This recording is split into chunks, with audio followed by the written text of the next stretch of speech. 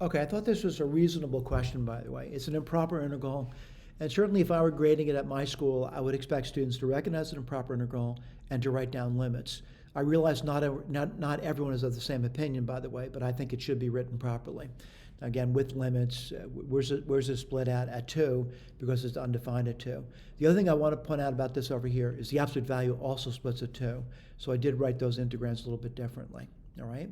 Now again, it was simple integration, also simple limit, and I get this answer over here. Again, I always think, did I make a mistake? So I want to do as good as Sage. I'm going to do that right now. I'm going to clear the screen, and I'm going to type in the code. And the code is reset. Oops. I'm going to do f of x.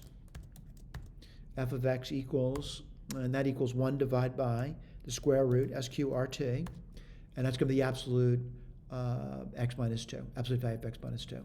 All right, and I'm going to integrate, and I'm going to integrate this function from 0 to 4.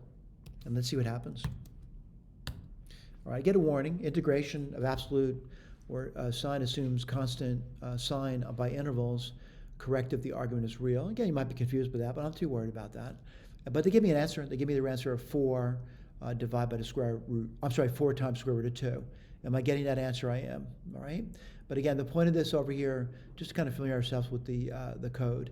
By the way, you also provide a graph of it. I don't think the graph really adds much to the problem, by the way, but you might want to look at those graphs, by the way, and start constructing graphs, by the way, too, to sort of convince yourself that there is an area over there and it's unbounded over here. It's improper over this region over here because it's going off to infinity.